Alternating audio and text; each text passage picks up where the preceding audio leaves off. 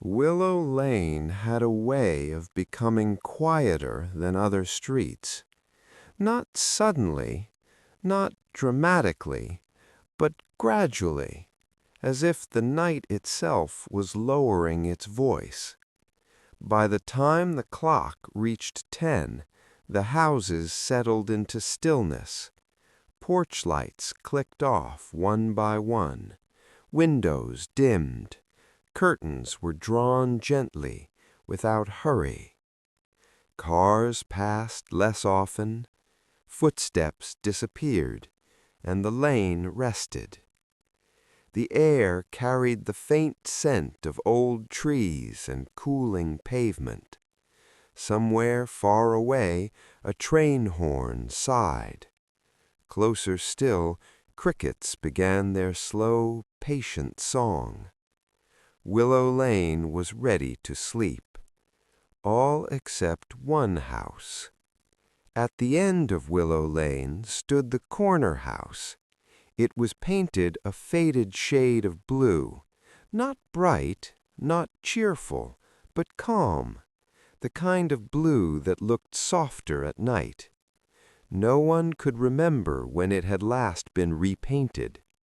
The gate creaked when touched. The fence leaned slightly inward, as though tired of standing straight, and the upstairs window was usually dark, always dark. People passed it without thinking. Children avoided it without knowing why. Adults forgot it was there altogether. Until tonight. Tonight, a soft golden light glowed from the upstairs room.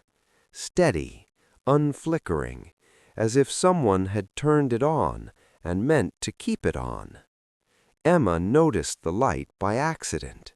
She had been brushing her teeth, half asleep already, eyes unfocused as the minty foam gathered at the corner of her mouth. She glanced toward the window and froze. The light across the street was unmistakable. She leaned closer, resting her hand on the cold glass. Her reflection hovered faintly over the scene. A sleepy face, loose hair, tired eyes. "That's new," she whispered. The house was never lit, not once in the years she had lived on Willow Lane. Emma didn't feel afraid. Instead, a strange calm settled in her chest. The same calm she used to feel as a child when someone stayed awake just a little longer than her. She rinsed her mouth slowly, too slowly, and kept looking. The glow reminded Emma of something old, a hallway lamp left on when she was small. Her mother used to say, "It's easier to sleep when you know someone's still awake." Emma had forgotten that feeling, the quiet comfort of not being the last one conscious in the house. Yet here it was again, across the street, in a blue house, waiting. Earlier that evening, Mr. Harold had been outside watering his garden. He moved slowly now, always had. The plants lined his fence in careful rows, roses, lavender, and a stubborn lemon tree that refused to grow straight. As he adjusted the hose, he noticed the glow at the end of the street. He squinted. "That room hasn't been used in years," he murmured. He remembered climbing into the attic of that house decades ago, fixing loose tiles alongside a younger man who laughed easily. Even then, the upstairs room was empty. No bed, no chair, just dust and silence. Mr. Harold turned off the water and stood quietly, listening to the night. Something felt settled, as though Willow Lane itself had finally relaxed. As the night deepened, the lane slowed further. Curtains stopped shifting. Windows went dark. Dogs curled into sleep. Cats disappeared into shadows. The golden light remained, not demanding attention, not calling out, just existing. The wind moved through the trees, brushing leaves together in soft, unhurried patterns. Time stretched, and Willow Lane listened. Emma lay in bed beneath her quilt, eyes closed. She tried counting breaths, tried counting heartbeats, but sleep stayed just out of reach. The glow slipped through the edges of her curtains, faint, warm, reassuring. She turned onto her side. The light didn't change. Eventually, she sat up and walked quietly to the window, careful not to wake the house. The street looked different at night, longer, softer, less defined. The light blinked once, then stayed steady. Emma felt a small smile rise to her lips. "Good night," she whispered. Inside the blue house, the upstairs room was no longer empty. A chair rested near the window. A small wooden table stood beside it, holding a lamp with a soft yellow shade. And seated in the chair was a woman. Her hair was streaked with silver, brushed neatly behind her ears. Her posture was relaxed, not tired, not tense, just present. She looked out over Willow Lane with gentle eyes, recognizing each house the way one recognizes old friends. She had lived here once, long ago, and she had waited a very long time to return. At exactly 11:12 p.m., there came a knock. 3 gentle taps against the door downstairs. Not urgent, not alarming, simply polite. The woman did not rush. She rose slowly, her movements unhurried, and paused at the top of the stairs. For years no one had knocked. Tonight felt right. No one on Willow Lane heard the knock, yet many felt something shift, as though the street itself exhaled. A weight lifted, a quiet settled deeper. Sleep came easier. Back upstairs, the woman returned to her chair. She remembered birthdays once celebrated in the kitchen, laughter drifting through open windows, the sound of someone practicing piano, badly but earnestly. She remembered leaving. She remembered promising to come back. And finally, she had. The light glowed on. Emma returned to bed. This time, sleep came gently. Her dreams were slow and warm, full of hallways, open doors, and lights that never flickered out. By morning, the light was gone. The blue house stood quietly once more, but Willow Lane felt different, brighter, lighter. Mr. Harold's roses seemed fuller, birds sang longer, even the air felt kinder. Emma stepped outside on her way to school and paused. For a moment she thought she saw a curtain shift. She waved anyway. A gentle truth. On Willow Lane, not every mystery asks to be solved. Some simply arrive, stay for a while, and leave things softer than they were before. Sometimes all we need to sleep is the comfort of knowing someone once cared enough to leave the light on. And sometimes that light stays with us, even after it's gone. As midnight passed, Willow Lane moved into its deepest rest. The kind of sleep that comes only after the world feels safe. Houses no longer shifted, no doors opened, no footsteps echoed. Even the wind softened, brushing the trees as if careful not to wake them. The corner house stood quietly now, its windows dark again. But the feeling it left behind lingered, like warmth in a room long after a fire has gone out. Willow Lane remembered. Emma slept on her side, one hand tucked beneath her pillow. Her breathing slowed naturally, in and out, each breath longer than the last.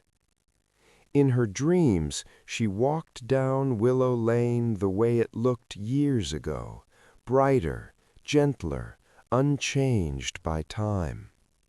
Porch lights glowed softly, doors stood open, and every window held a sense of welcome. Long before this night, the woman had waited, not impatiently, not sadly, just patiently. Years passed like seasons passing a window. She watched them from elsewhere, carrying the memory of Willow Lane with her. The sound of the gate, the smell of rain on pavement, the way evening light once fell across the kitchen floor. She never forgot. And when the time was right, she came back. Only for a while. The blue paint on the house had faded unevenly.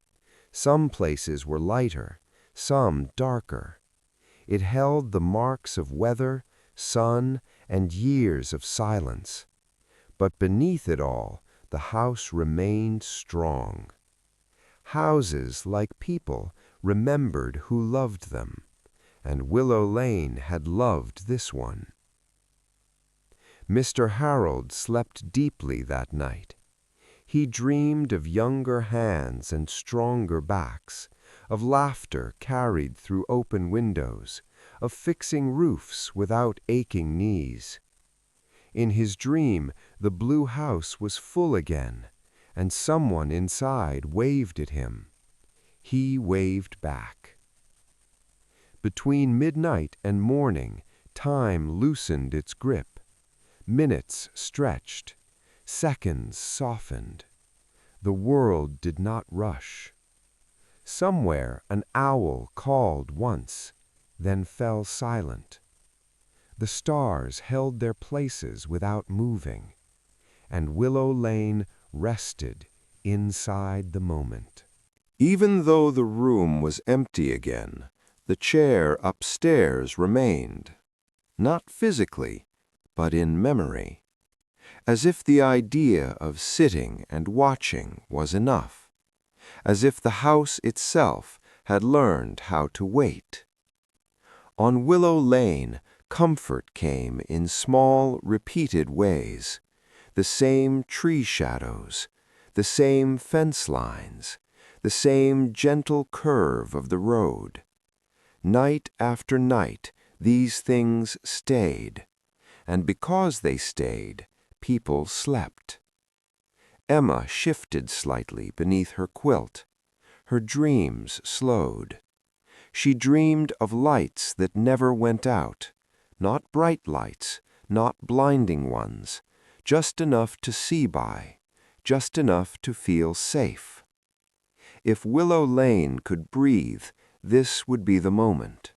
A slow inhale, a long exhale. Nothing needed to happen. Everything already had. The sky lightened just a little, not enough to wake anyone, just enough to promise morning would come when it was ready. Birds stirred quietly, testing the air. The lane did not wake yet. At dawn, the blue house looked peaceful. No signs of the night before, no glow, no movement. But something had settled into its walls, a memory. And houses are very good at keeping memories. Emma woke without hurry, the way one wakes after a good, deep rest, She stretched.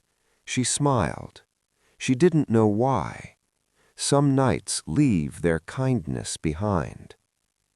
On Willow Lane, the light did not need to stay on forever. It had done its work. It reminded the street how to rest.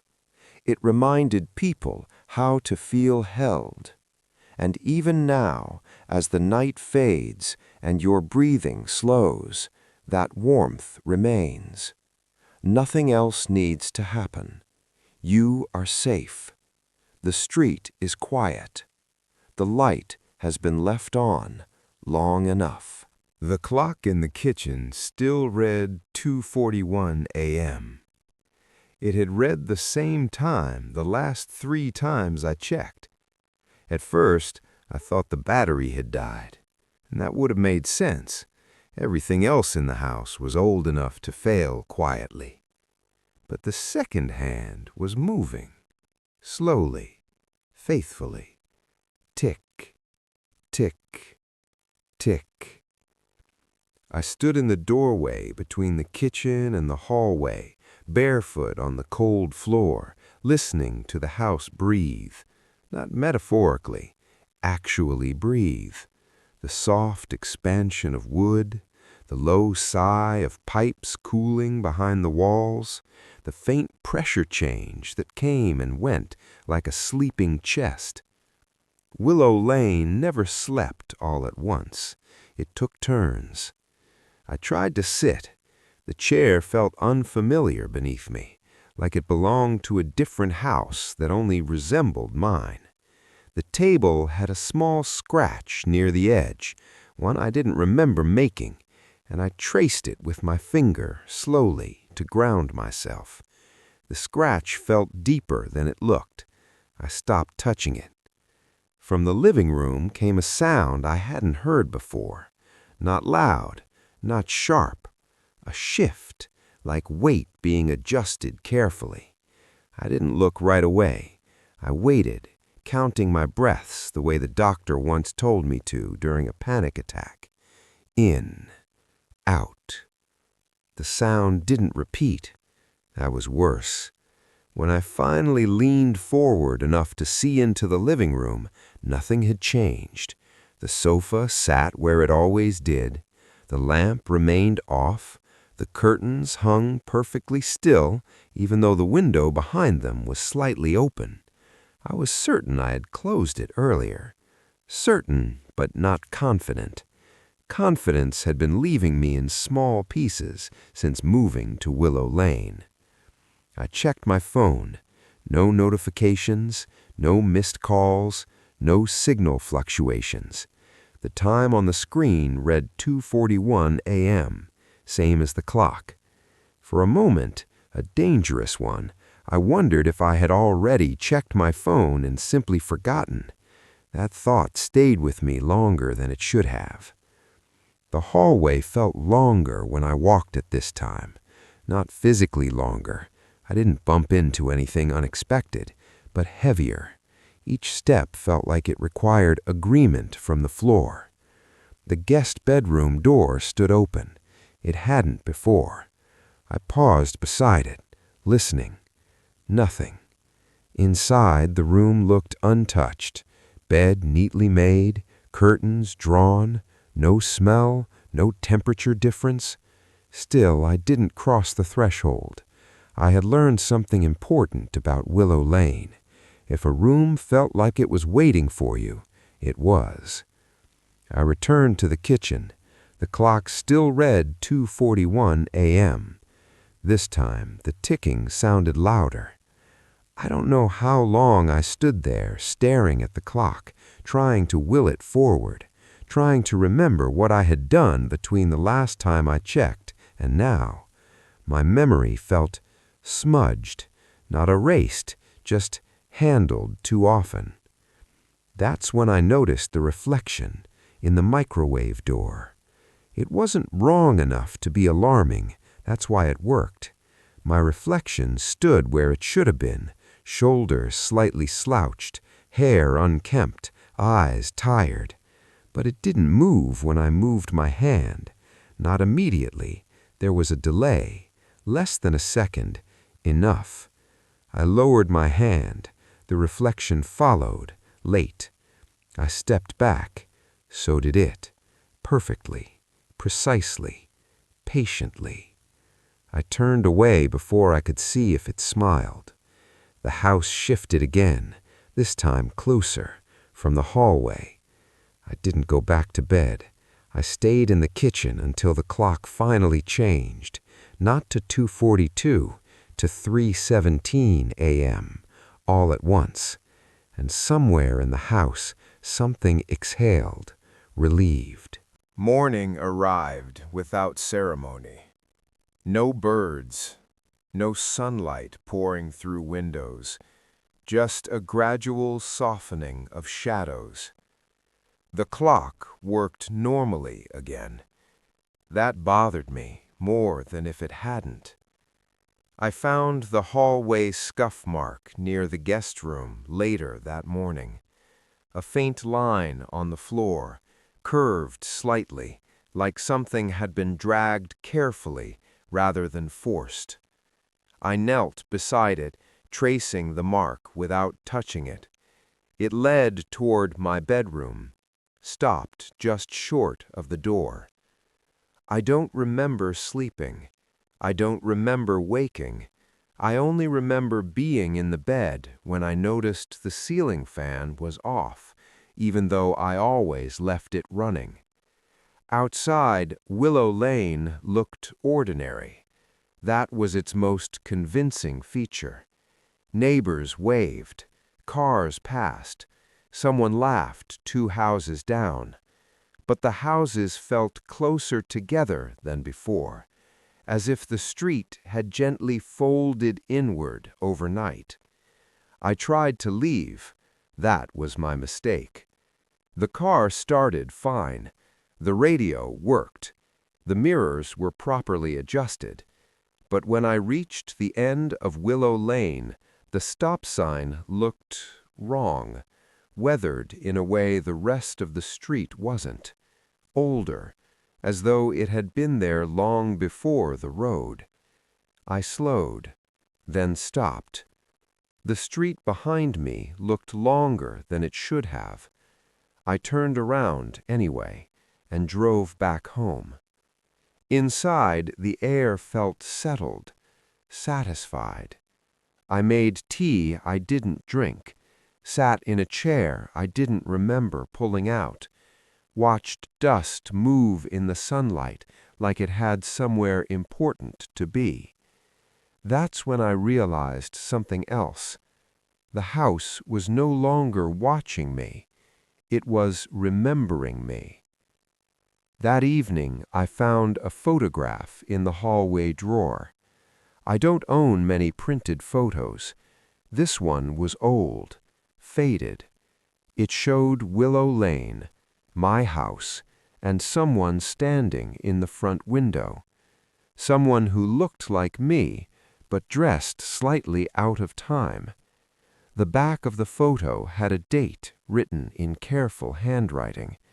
No year, just a time, 2:41 a.m. I put the photo back.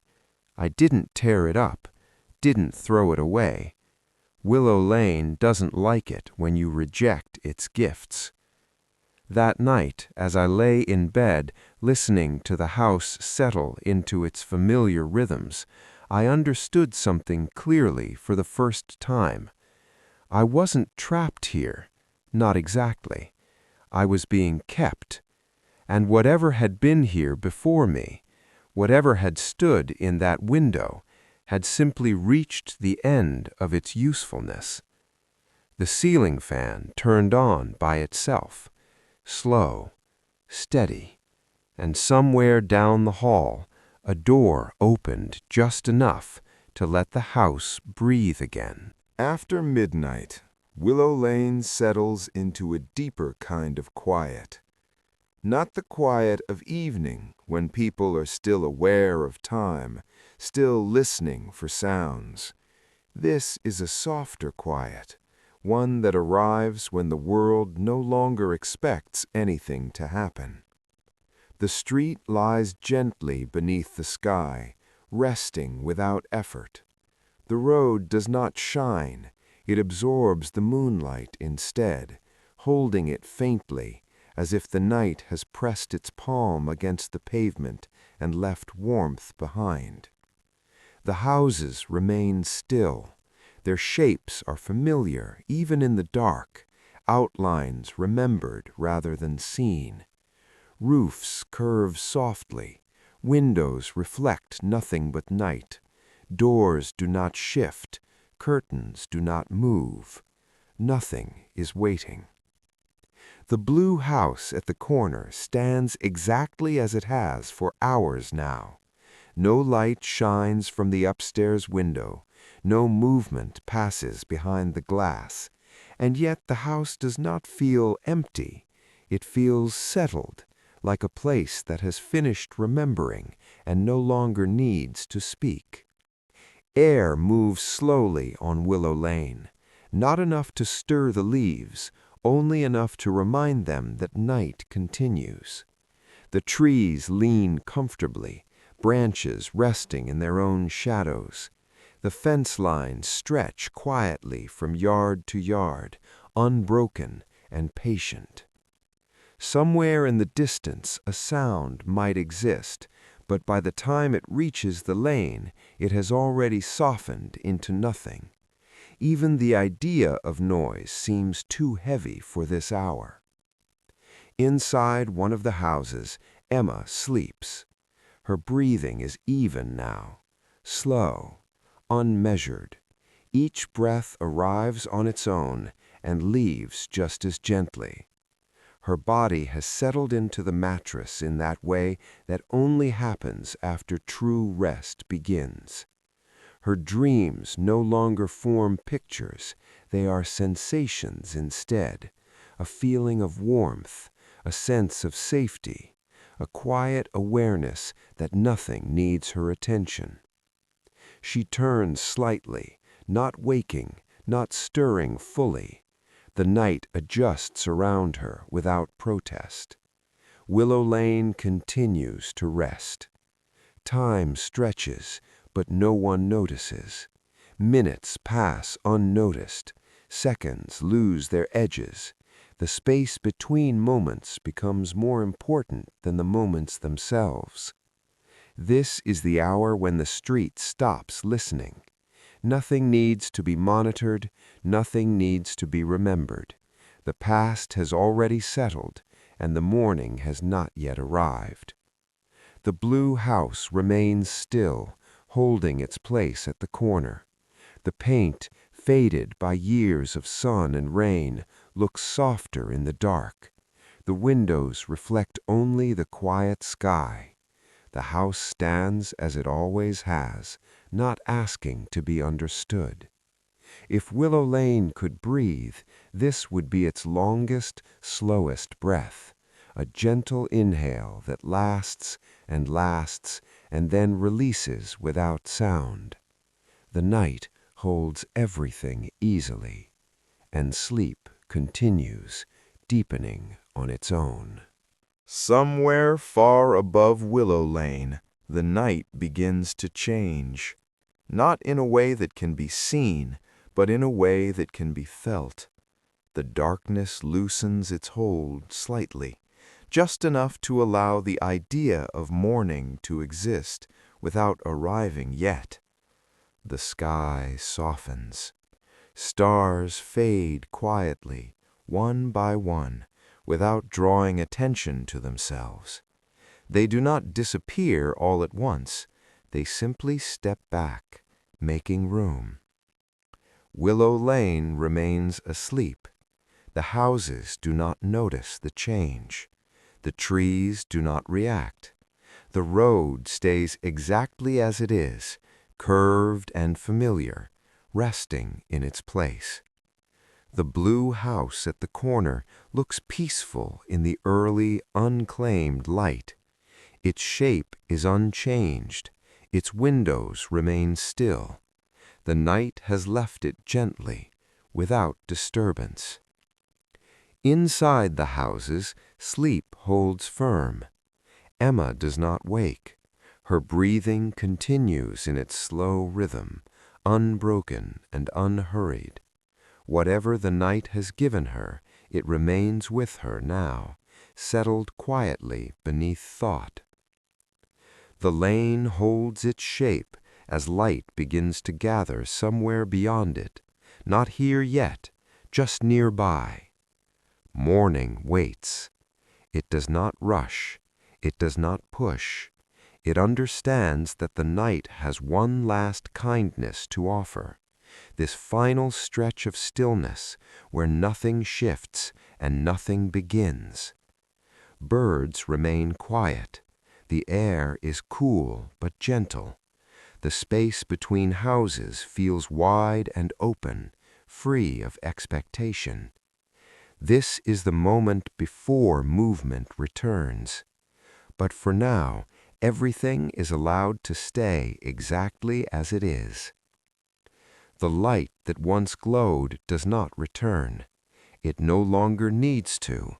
Its warmth has already settled into the lane, into the houses, into the quiet rest it created. Nothing else needs to happen. There is nothing to follow, nothing to listen for. Sleep continues without effort now, carrying the night softly forward until the story fades into the background and rest remains on its own.